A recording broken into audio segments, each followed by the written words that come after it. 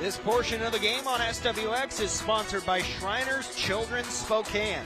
Pediatric orthopedics, the most amazing care anywhere. 15 minutes to go in what has turned out to be a great game between old rivals. Whitworth holding a 12-7 lead over Eastern Oregon. Mike Peterson, this will be a really fun final quarter. This game is far over. 2nd and 9 to start the fourth quarter. Blitz coming. Ryan Blair slings it out, and it's caught for a gain of about 7 yards. Jet Uechi, boy, he's having a nice game. He's having a great game. Uechi came in to this game with just 4 receptions in his career. Was a special teams player last season. Now elevated to a starting wide receiver role, and he looks like he is right where he belongs. He looks like a veteran, doesn't he? Sure-handed. 3rd and 2. Blair takes the snap, drops back, another blitz. He slings it out. This one's Riley Morrison, and he's got enough for a first down, all the way down to the 25.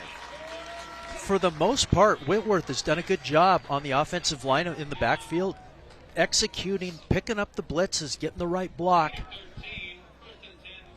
And Blair spotting the blitz and getting at the right guy. Got a lot of returning starters up front for the Pirates. Now here's another pass. This one's hauled in. That is Evan Liggett, who stays on his feet.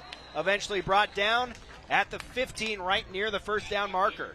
Liggett with a big game last week. 8 catches, 110 yards. And that was his first start last week. Yeah, 2-year backup. And that's just something that Rod Sandberg can tell some of the freshmen, some of the sophomores on this roster. Look at those two guys that, did their time, found ways to be productive and competitive, and it rewards them here.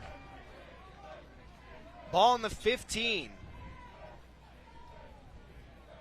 Here's Blair, turns, hands it off. Isaiah Jones, he stood up right at the line. A touchdown saving tackle. Guess who? Zach Donato. There was nobody behind Donato here if Jones was able to slip out of his tackle. Nope, stout D. Guess, yeah, Donato. How many times have you called his name? A lot. Well, if you're the Mountaineers, you're doing bend, don't break. And if you hold it to a field goal, it's still a one-possession game. Exactly. You're Whitworth. You're wanting to bump into 2 possessions. Got to get the ball in the end zone. Blair with time. Now he's going to step out, roll to the right. Still looking, throws, and it's caught inside the 5-yard line. Sliding down to the turf and making the catch is Liggett. Not only is that a great scramble and throw on the run, a phenomenal catch, and 1st and goal. First time the Pirates have been down here in quite a while. Content to let a little time run off here. Still 17 seconds on the play clock. Ball on the 3. Blair calls for the snap. He drops back.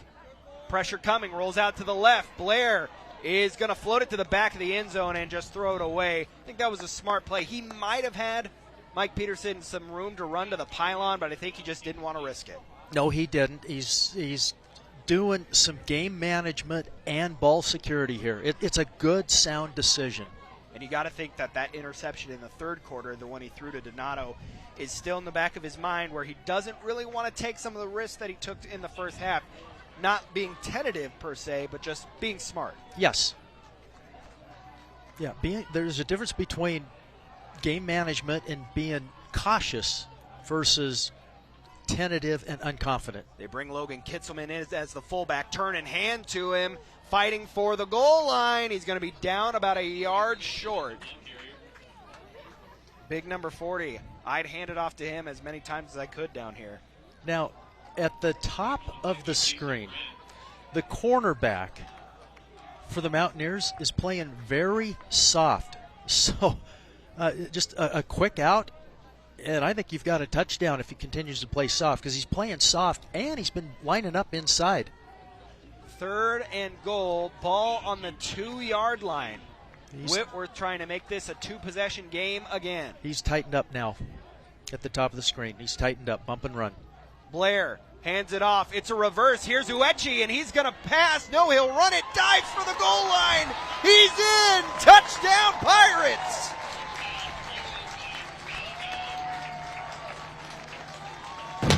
Believe that was the Philly special from the Super Bowl a few years ago, and Uechi had a chance to throw it, but decided to tuck it and run. Good decision, Mike Peterson. Yeah, a little bit of trickery, misdirection. And Uechi, guess what? His first name? Jet. He looked like a jet diving across that goal line. That was a jet landing. On for the extra point. And just like that, back to a 12-point game. A little trickeration for a touchdown. Whitworth back in front by 2 scores. We'll take a break and see how EOU responds. You're watching college football right here on SWX.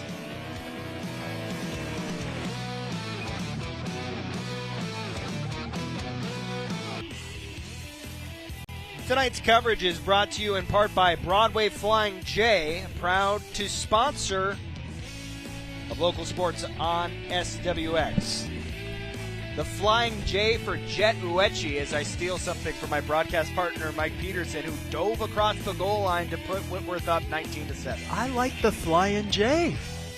Maybe a new nickname for Jet. Yes, he did. He went airborne and did a hot landing in the end zone. Whitworth ready to kick it away. Our defense will go back, protecting a 2-score lead. This is going to be muffed in the end zone, but it is going to be picked up and ran out, and with a little bit of room to run was Cade Reed. So a near disaster, but he's able to make it a 25-yard return.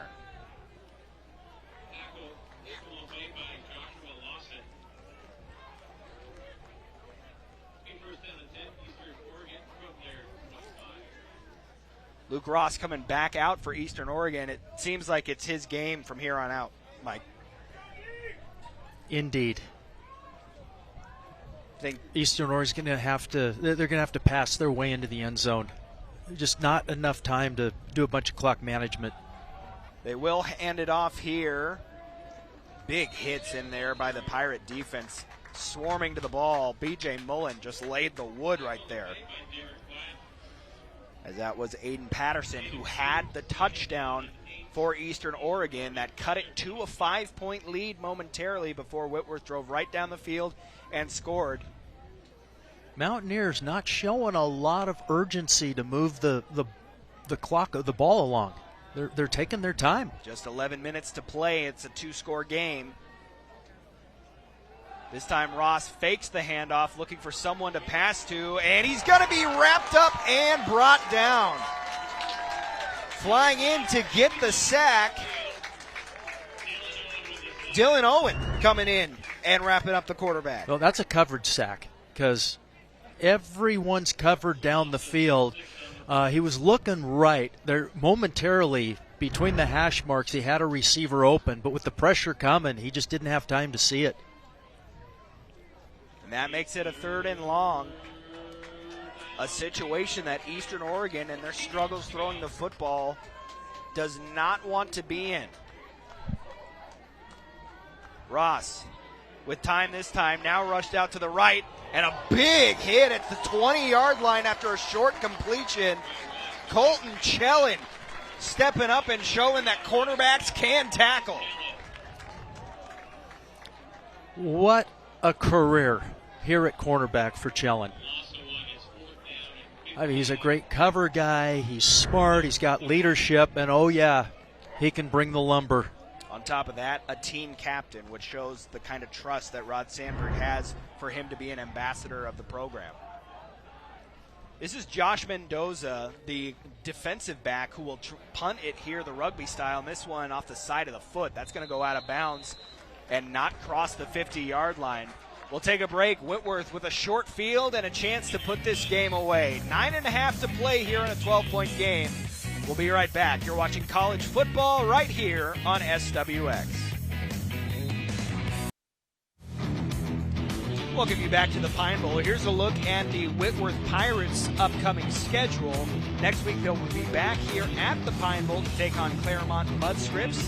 Then after a bye, they're on the road at Lewis and Clark. Back here at the Pine Bowl, October 8th for Linfield. We will have that game for you on SWX. Then it's 2 Pacific Lutheran, 2 Willamette, and then home for Puget Sound. As it's going to be a tough Northwest Conference this year, Mike. And then if you look at November, Pacific and George Fox. So Whitworth preseason poll 2, Pacific, George Fox number 3, and Pacific number 4.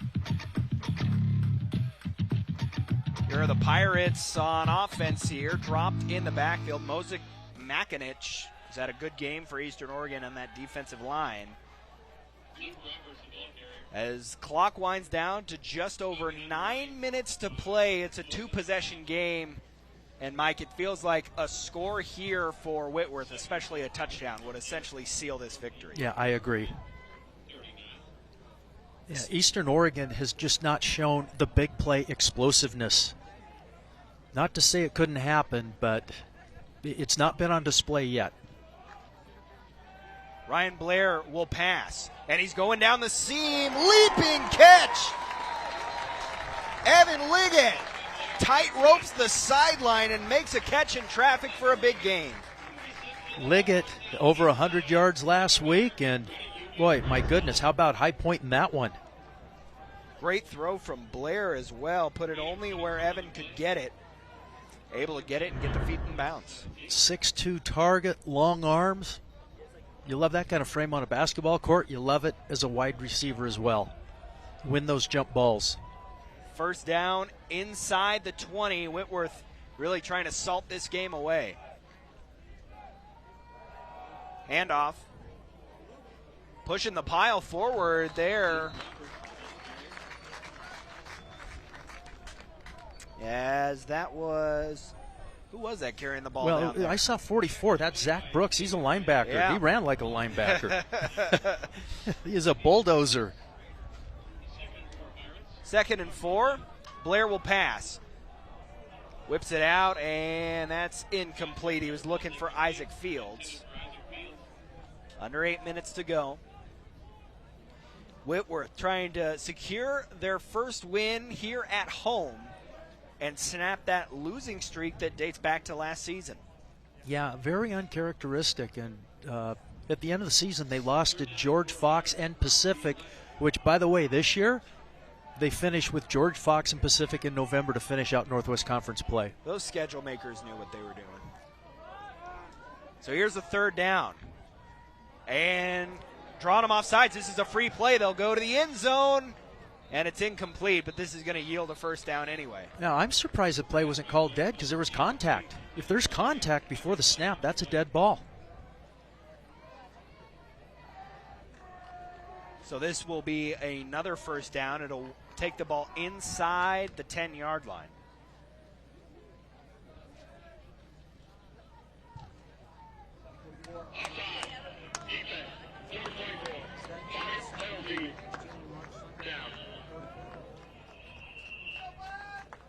And that'll make it 1st and goal. Yet another penalty. It's really been the story of the game for Eastern Oregon. They haven't been able to get out of their own way in terms of the yellow flags on the field. You go back to the last touchdown drive and the personal foul that extended the drive. As here on 1st and 10, here's Blair. He'll drop back. Thrown for the end zone. Incomplete. It's a matter of losing the footing. If he's able to make the cut, that ball was thrown where it would have been catchable. As that's Liggett, who was the intended target there, incomplete. Blair has had a very solid game. That I can think of only one throw that he really, well, 2 that he would want back. One is that corner route in the end zone, zip instead of over the head, and then that interception. But other than that, he's been money all game long. 2nd and goal. Blair to pass again. Flushed out of the pocket. Now he steps up in the middle. He's brought down from behind. It'll end up being a gain of a yard or 2, but a nice play on defense by Gabriel Shuckle to chase him down. What I like what he did earlier, he tried to skate to the outside. In this case, he kept going forward, getting positive yardage. So now you're looking at 3rd and 4 instead of, if he tried to escape from behind, it could be 3rd and 15.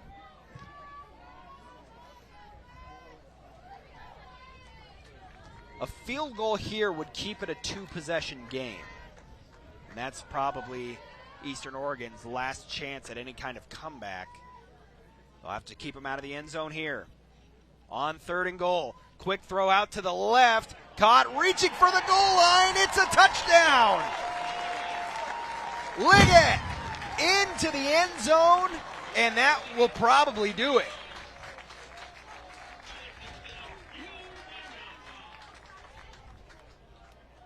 Just a simple slant route.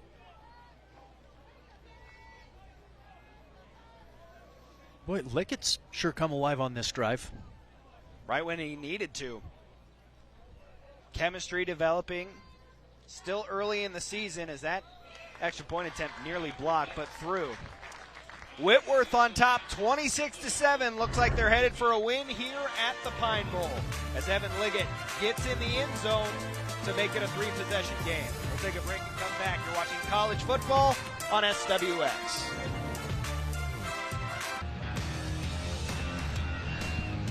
Hi, Mom. I just got a touchdown to put this game more or less away. Yeah. Evan Liggett with a big smile on the sidelines. An important one at that. 6 minutes, 54 seconds to go as the Whitworth Pirates, barring a major collapse, are on their way to their first win of the year. And what will be career victory number 59 for Rod Sandberg in now his 9th year at the helm of this Pirate program. This is just going to be a little squib kick to try and eliminate any large return. Opportunistic Ryan Piper there carrying the ball forward up to the 40-yard line or so. And that's where the Mountaineers will start this drive.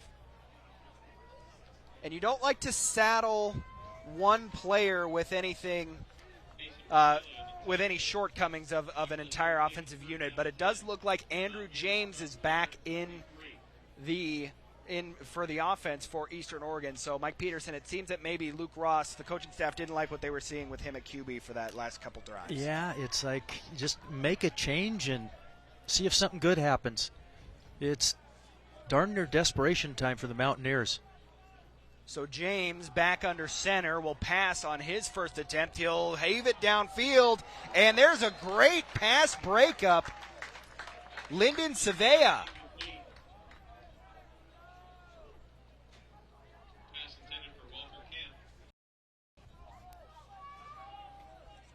Lyndon listed at the back as Taliti Adams, but making a play like a starter there. 6 minutes, 43 seconds remaining in this game.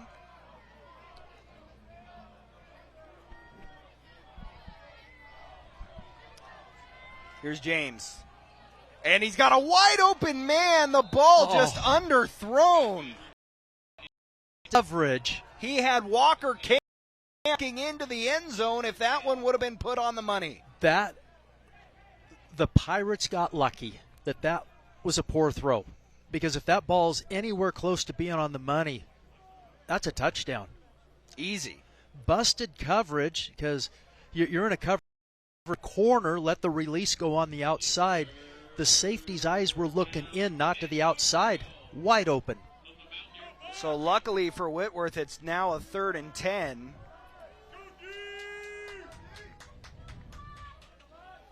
James doesn't feel the pressure, and he's got sacked, and the ball came out. Flying in was Derek Platt. He knocked the ball loose, and Whitworth recovers. And that's the way it's gone for the Mountaineers. The play before, you have potentially a gift touchdown, and the next happens, ball's on the ground again, lose another fumble. Might have been Mason Bertelli who recovered it, but the play was made by Derek Platt, screaming in off the edge. Boy, that was impressive.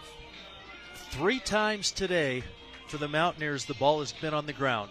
3 times defense has recovered. I believe that's 14 turnovers on the season now. And throw in another interception. That's 4 turnovers today to go with 9 in the first 2 games. Good quick math there. You were a broadcast major, but were you a math major too? Absolutely not. 9 plus 5. That's 14. why I ran to broadcasting. Or I should say 9 plus 4 is 13. Oh, so maybe I was wrong.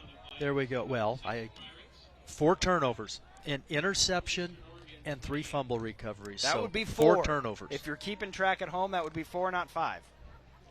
6 minutes to go here after a short carry on first down by the Pirates, who are essentially just sitting on this ball.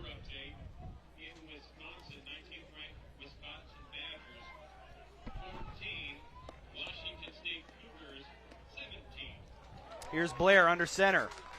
Will turn and hand it off, busting through the line for a nice gain and a first down. Believe that is still Zach Brooks, who is, like you said, Mike, listed as a linebacker, but with Solo Hines being out of this game and not wanting to put Jones at risk of injury, you got to go deep on that depth of the running back. Well, and what people understand, many do, these athletes at the college level, many of them are two-way players at the high school level, and then you've got to pick one side of the ball. So I don't think this is the first time he's carried the ball in his life. He knows what he's doing. 1st and 10. Blair hands it off, going through the middle, and making a couple of people miss. Now, I just heard on the PA, because I was confused, Roberts, apparently, who is carrying that football. I'm trying to find him on the roster here.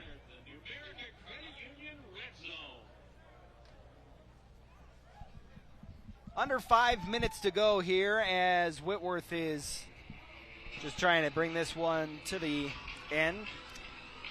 We talked about it a little bit a while ago, but next up for the Pirates, they've got a conference game here at home against Claremont Mudscripts, one of the newer programs, football programs, I should say, to the Northwest Conference. They're 2-0 all-time against Claremont Mudscripts.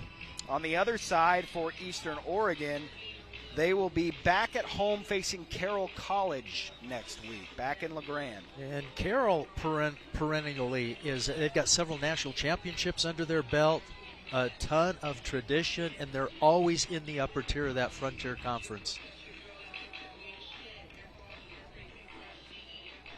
As there's the Frontier Conference preseason poll, Montana Western, who Eastern Oregon has played and lost to once this season, the class of that conference according to the coaches. And then you see Carroll College right on their heels, picked to come in second.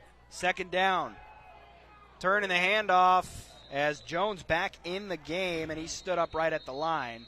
And we've got another timeout taken by Eastern Oregon, who are trying to use their timeouts here and preserve a little bit of time for their offense maybe to get back on the field and make this score a little bit closer. But first, you're going to need to keep Whitworth out of the end zone. And the clock just tick, tick, tick, tick, tick. Not your friend here. Nope. Turnovers, not your friend. Penalties, not your friend. Clock now, your enemy.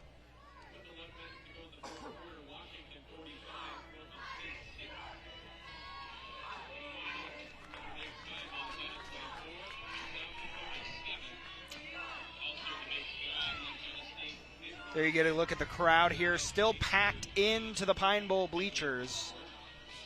Family, friends, student body, all coming out to see their Pirates, who are always a fun team to watch on this field. I mean, they are one of the best teams in, obviously, the Northwest Conference, but in Division III football. 2 playoff appearances in Rod Sandberg's tenure.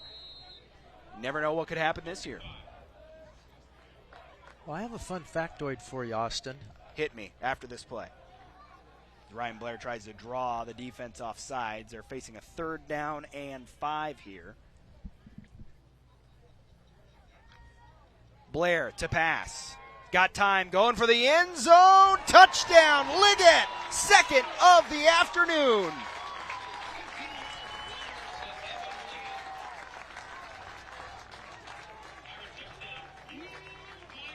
Back-to-back drives ending in touchdowns for number 89.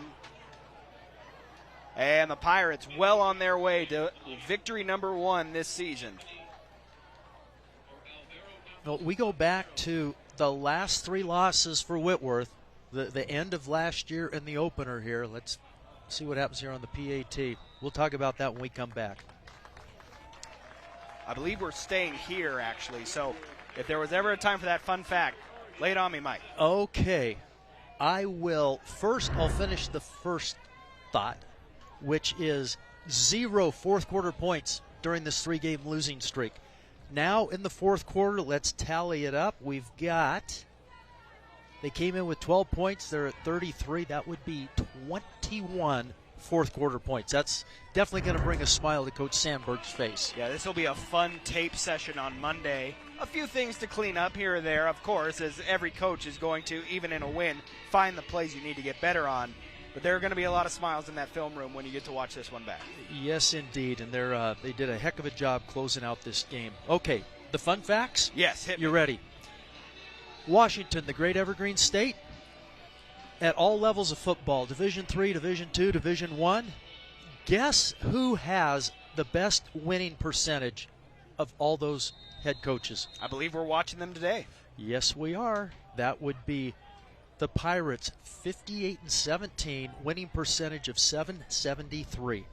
Well done, Pirates. Deep kick. This is going to be Blake Davis returning this kick.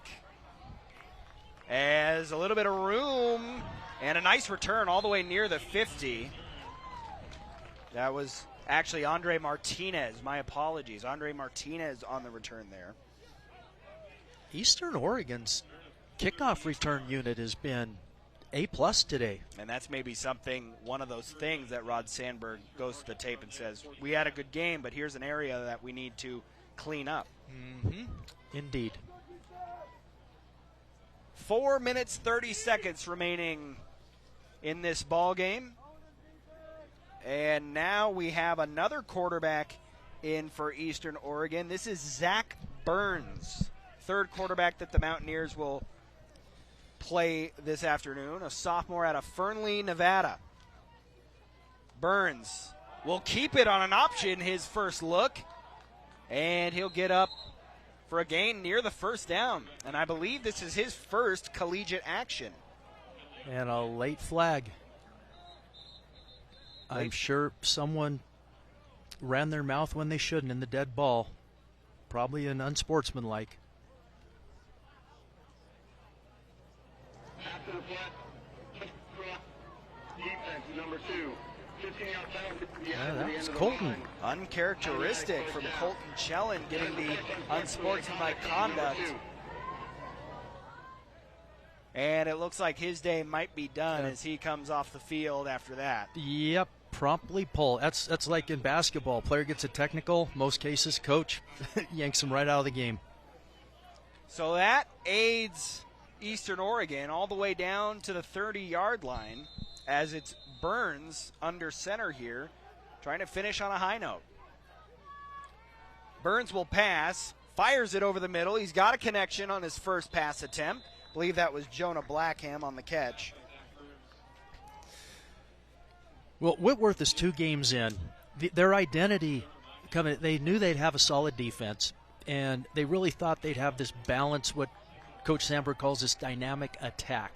Whitworth has found their identity. Eastern Oregon, they're still struggling to find their identity this season. Zach Burns struggling to find a receiver, so he takes it himself, gets maybe a few inches past the line of scrimmage before he's wrestled down.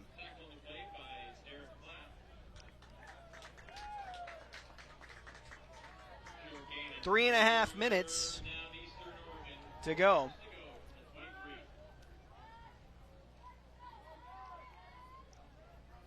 Burns to pass, going for the end zone, in and out of the hand of Malachi Spurrier. Not a bad throw. He gave his receiver a chance, and he was under pressure. And you get the impression that head coach Tim Camp maybe still trying to figure out who exactly is going to be his quarterback, and you never know. A good showing here from the sophomore could get him squarely in that conversation. No question. A fourth down, they will go for it. Burns drops back, going for the end zone again, and this one's broken up on the sideline by Taliti Adams. They tried to run the same play. It's going to end in a turnover on downs, and Whitworth will take over. Just shows you there the committee, the collective group of defensive backs on this Whitworth team. They're very high level. Nice pass breakup there, and did not commit a penalty, which would have given Eastern Oregon a first down.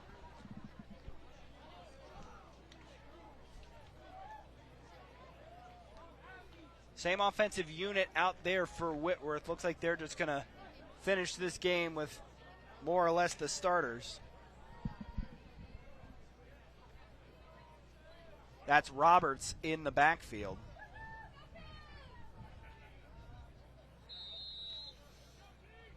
Most likely you just start with a run and keep that clock going. Here's a handoff, bounces it to the outside. Tackled near the line of scrimmage. Keep the clock running, secure the football, finish out a game. That was one of your keys to the game, finishing 21 points in the fourth quarter. It's safe to say that Whitworth heard you and they listened.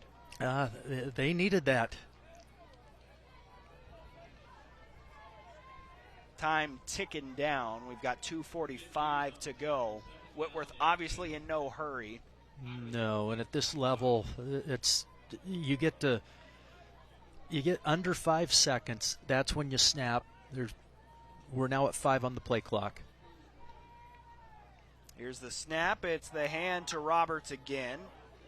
Rumbles forward for gain of 4 yards or so, and that'll bring up third down. And it looks like the Mountaineers calling a timeout, trying to maybe get one more possession for their offense. That leaves one timeout for Eastern Oregon.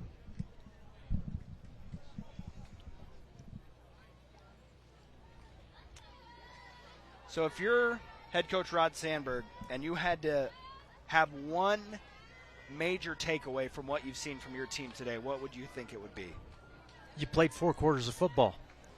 Offensively, you scored in every quarter in this game, and more importantly, you put the big points up, 3 touchdowns to put this away in the fourth quarter. That's how you finish ball games. That's how you string together win after win and get those winning streaks back. And quite frankly, that's the Whitworth Pirate football we've been seeing in the Sandberg era. And this, despite the score now being 33-7, this was not a blowout for a majority of this game. This was a 5-point game in the third quarter. It was fourth quarter became a blowout because of the execution of the Pirates. And they did on defense, they did on offense. Special teams has been solid. 2 field goals, 2 for 2 from field goal land. After the timeout, Blair's going to pass. Now he tucks it and runs, takes a big hit, and will be short of the marker. Coming in and making a play is Xavier Edson, and that'll bring up a Whitworth punt. Just hit 2 minutes on the clock remaining in this game. No timeouts remaining for Eastern Oregon.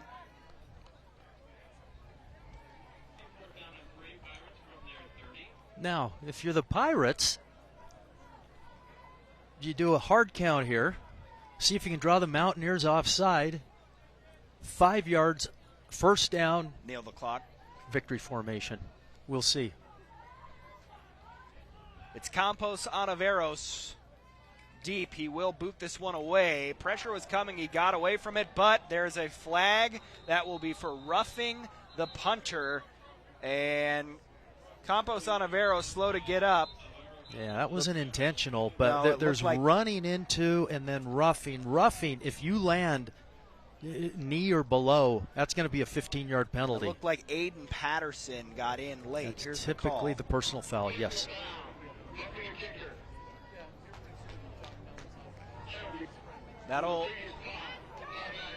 result in a first down, and that will allow Whitworth to run this clock out. As here you get another look at it. Yeah, he just kind of slides, and that's dangerous. Boy, you are so unprotected as a punter.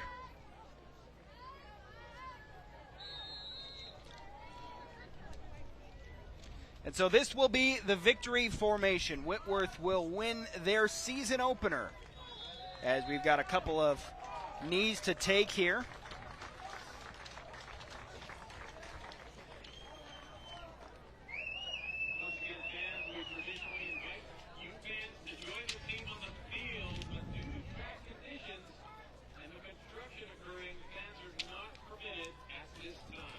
Minute to go here, as all that's left is the handshakes.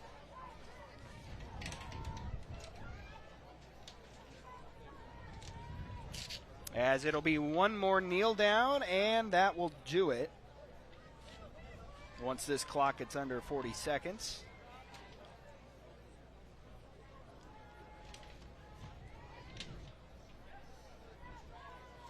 There it is, the kneel down, and that will be your ball game. Whitworth with a decisive 33-7 victory over Eastern Oregon in their first game here at the Pine Bowl in 2022. Mike Peterson, a really impressive showing from the Pirates today.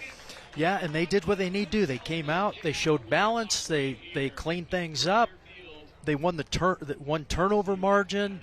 And most importantly, fourth quarter, scored points in a big way, closed the game out. They're back on track. Time now to announce tonight's player of the game, presented by Inland Power and Light Company, owned by those we serve. Ryan Blair in his first start with a great performance. Mike Peterson, a really impressive showing for the former Meade Panther. Yeah, first half, really saw accurate, nice reads and all that. Third quarter, had that one interception, and boy, did he brush that off and came back. Led his team to 21 fourth quarter points, including 2 touchdown passes to Liggett. Liggett also with a really impressive game. Patrick Serrano on defense. All impact players, but Ryan Blair just really commanded this game, really felt comfortable, and led his team to a 33-7 win.